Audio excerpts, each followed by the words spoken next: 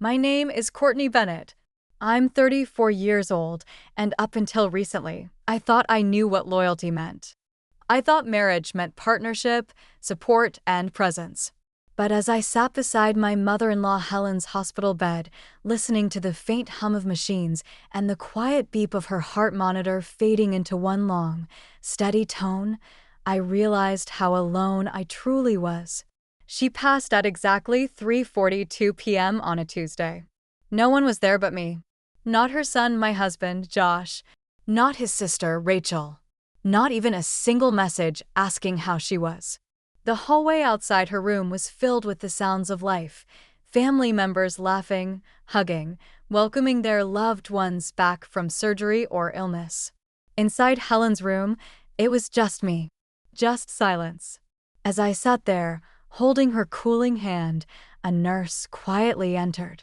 She had been kind during our 3-day vigil, the only witness to my quiet desperation. Calls unanswered. Messages ignored. Footsteps that never stopped at our door. She looked at me with that practiced softness that only nurses in these wings can manage and handed me a sealed envelope. She asked me to give this to you, the nurse said. Only after I nodded and took it, my fingers trembling, did I realize the weight of it. Helen and I had never been close. She was always polite, but distant. Cordial in that surface-level way. We never shared secrets or heartfelt talks. And yet, she had made sure I would be the one to receive this. I opened the envelope. Inside was a single sheet of thick stationery.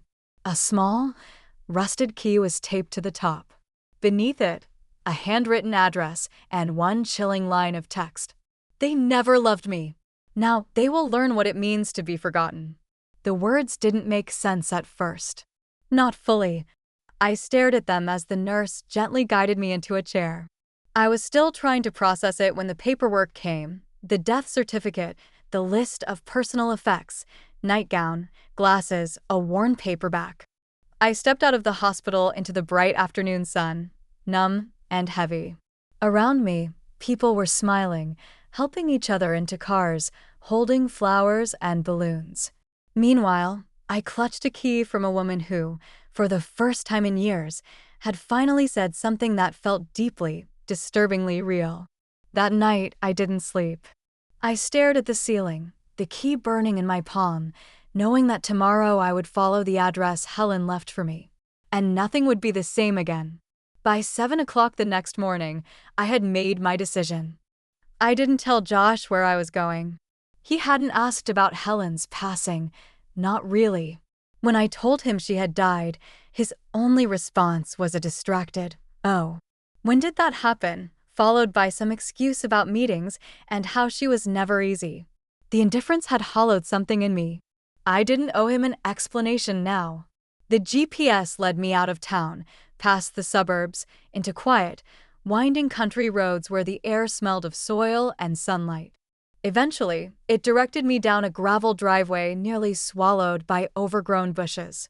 A rusted iron gate stood half open, as though waiting for me. The cottage beyond it was small and weathered. Its white paint had peeled back to gray, like a memory fading with time. Wild rose bushes crawled up one side, their thorns scratching at shuttered windows. It was the kind of place that had once been loved, then left untouched for years.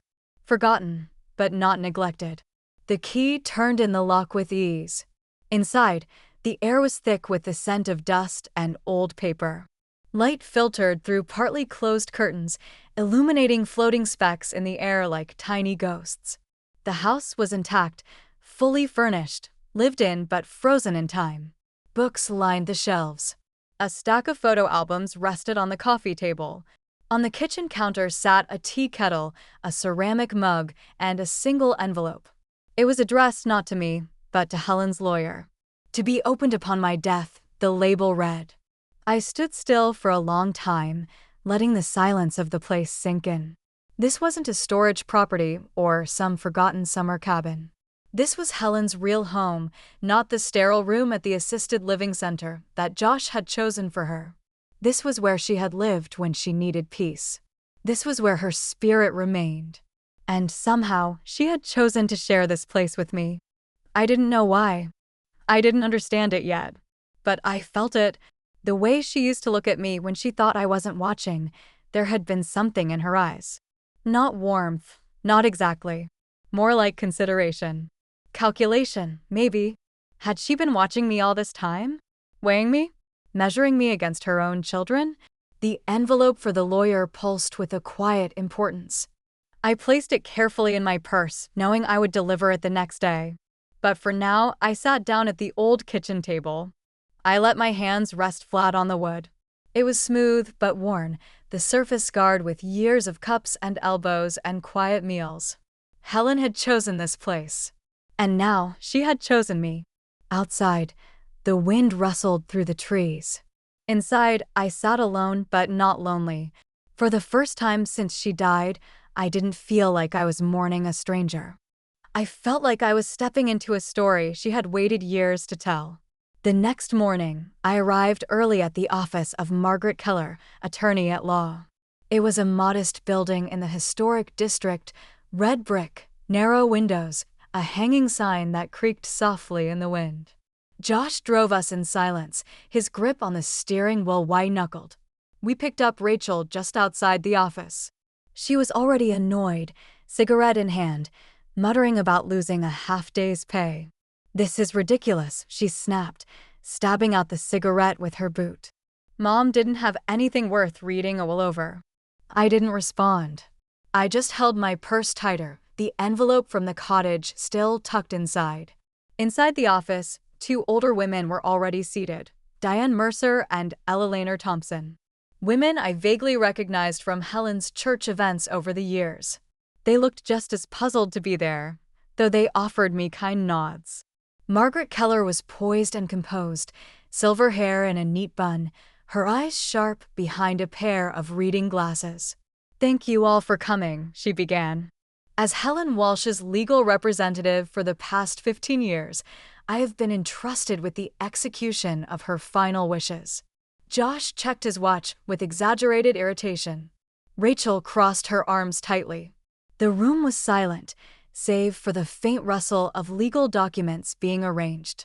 "This is the last will and testament of Helen Elizabeth Walsh," Mrs. Keller continued, revised and notarized 2 months ago on March 15th of this year. I blinked. That was the day she'd asked me to drive her downtown for an appointment. I waited in the car while she said it was about her medication plan. I hadn't questioned it. Mrs. Keller began the reading. To my son, Joshua Bennett, she read, "I leave my forgiveness, though you have not earned it." Josh's head snapped up. What the hell does that mean?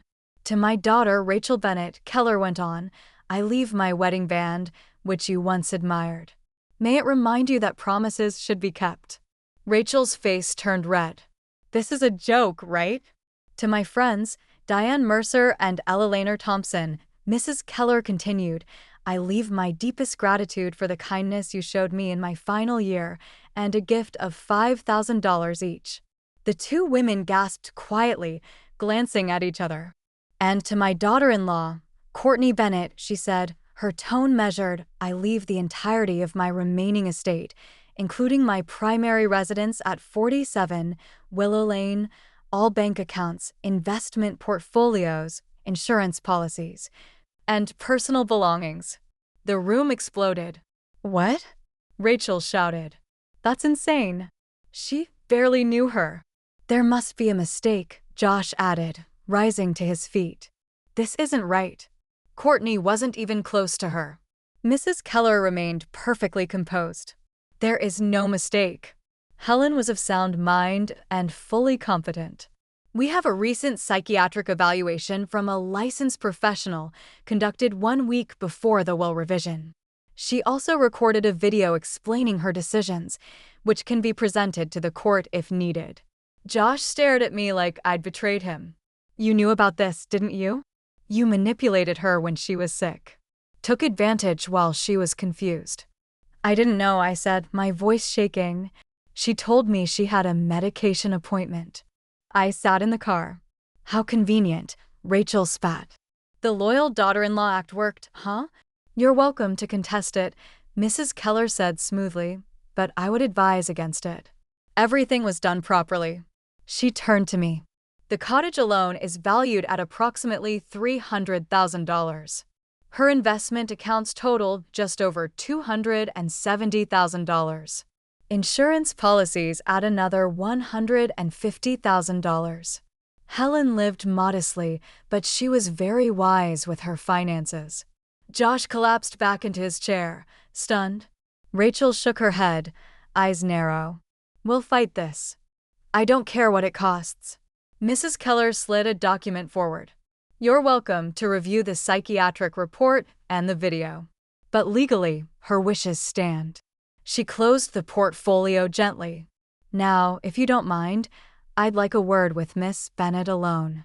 The others shuffled out in tense silence, the air heavy with disbelief and fury. I stayed seated, pulse pounding in my ears. When the door clicked shut, Mrs. Keller handed me a second envelope. Helen asked me to give you this after the reading, she said. You would understand. I opened it slowly, the paper crackling in my hands. Inside was one line in Helen's unmistakable handwriting. Forgive no one. Let them beg. Let them kneel. And when they do, smile, turn, and walk away. I sat still for a moment, absorbing the words. They weren't cruel. They were deliberate. Helen hadn't just passed on her estate. She had passed on a legacy of truth. I walked out of Margaret Keller's office with the letter folded tightly in my hand. Outside, Josh was pacing near the curb, his face a storm of confusion and rage. Rachel was already gone, no doubt racing to call a lawyer, or perhaps just to scream into the void. Josh didn't say anything as I approached. He looked at me like a stranger. I suppose in many ways I was. Not because I had changed, but because he had never cared enough to truly see me. I'm going to stay at the cottage tonight. I said quietly, there are things I need to sort through. His expression shifted instantly, anger fading into calculation. Of course, he said smoothly. Take all the time you need. It's overwhelming, I'm sure. The sudden softness in his voice felt rehearsed. Strategic. I didn't answer. I just got in my car and drove. The cottage felt different that evening. The wind had died down, and the light through the windows was golden and still. I turned on a few lamps, swept away a layer of dust from the old kitchen table, and made tea.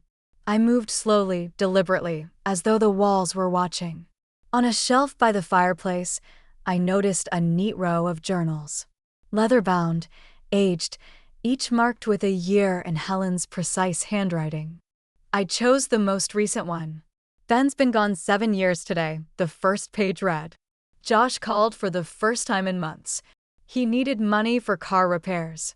I gave it to him because I still believe a mother's love should be unconditional. Ben would be furious with me.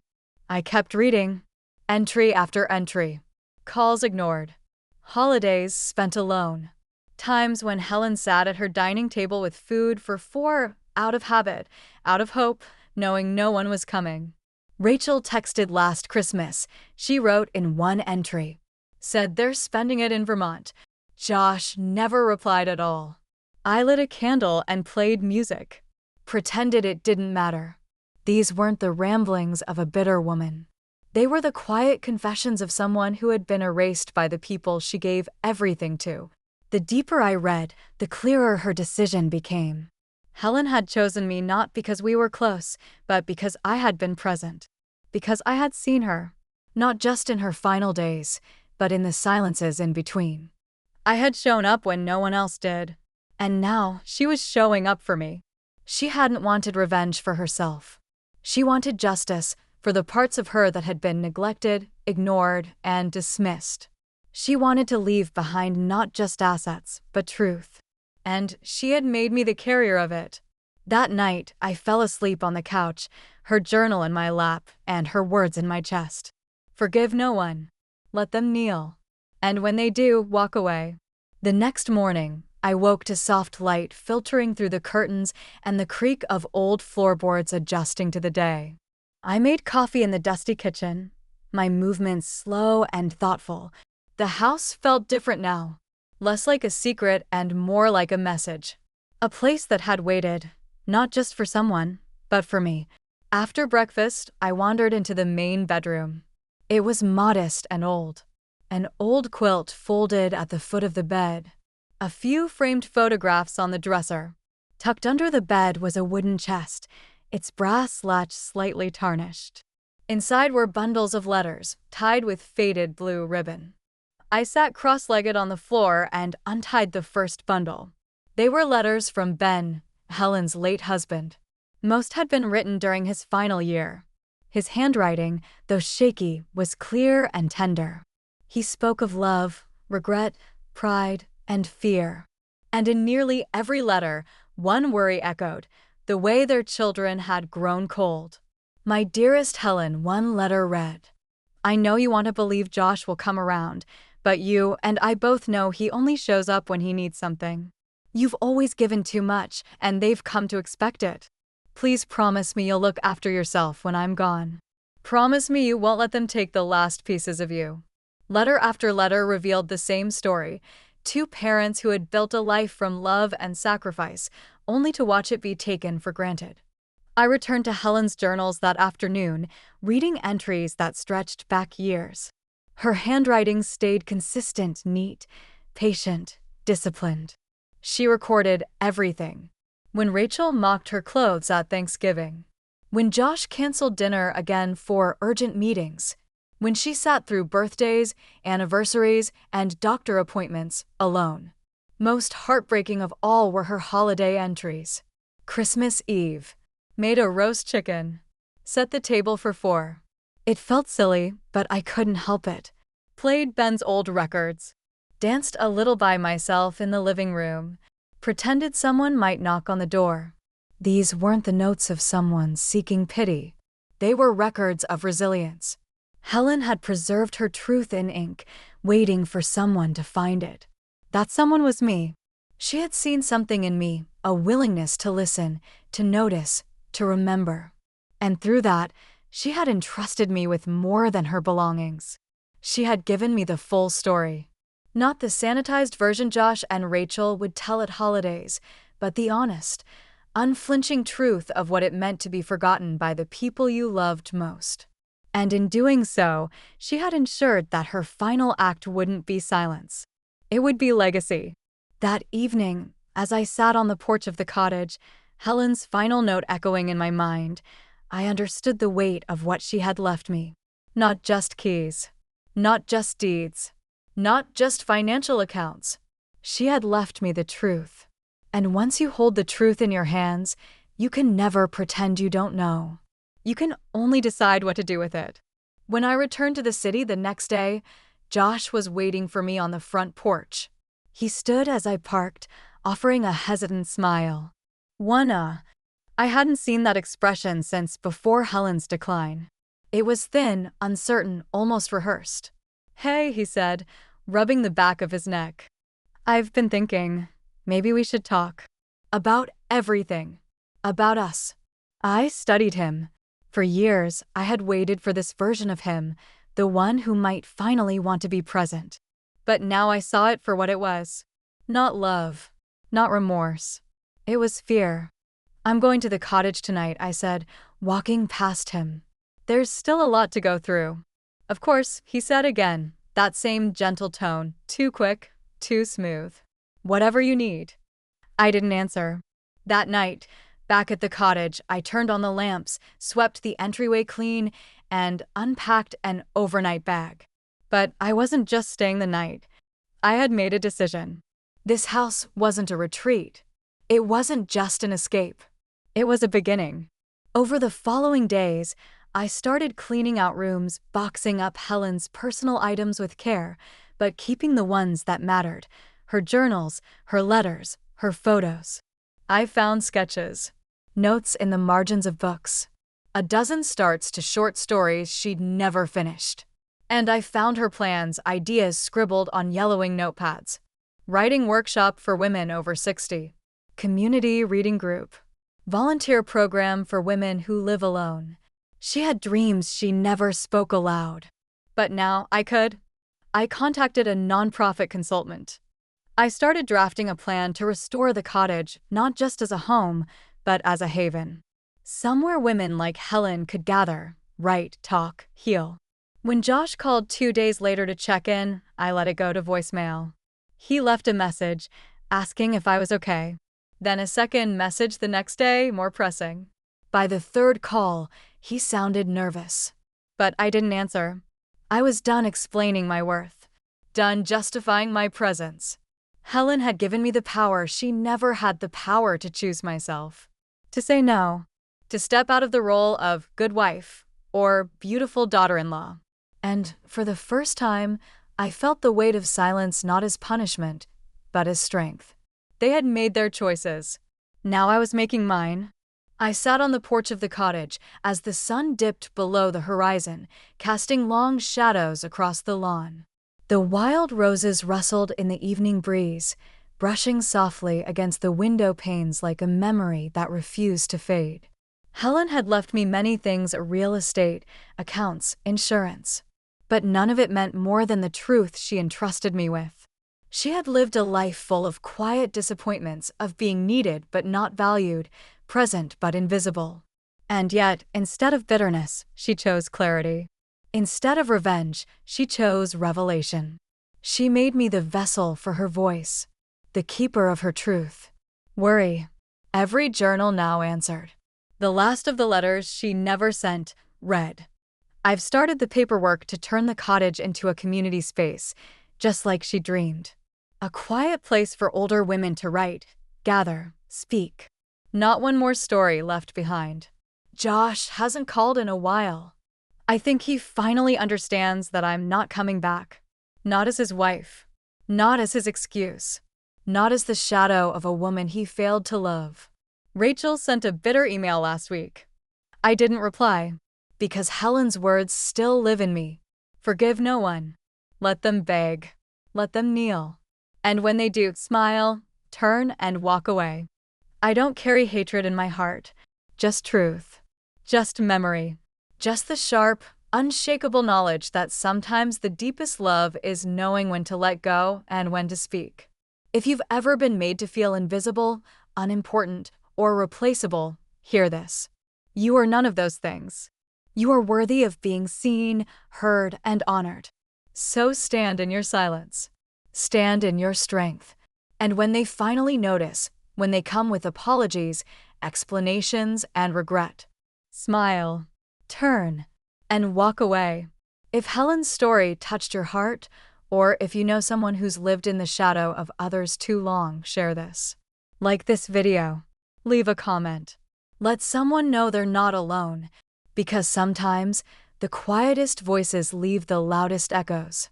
And sometimes, the forgotten write the ending on their own terms. Thank you for spending this time with us and with Helen's story. It wasn't just a tale of inheritance. It was about dignity reclaimed, silence broken, and the quiet courage of being seen when no one else is looking. If you've ever felt like Courtney or Helen, we hope this reminded you that your presence matters, even if others fail to see it. Please like this video if it resonated with you. Share it with someone who might need to hear it. And leave a comment. We read everyone. You are not invisible here. Subscribe to The Art of Revenge for more true stories with heart, healing, and quiet power.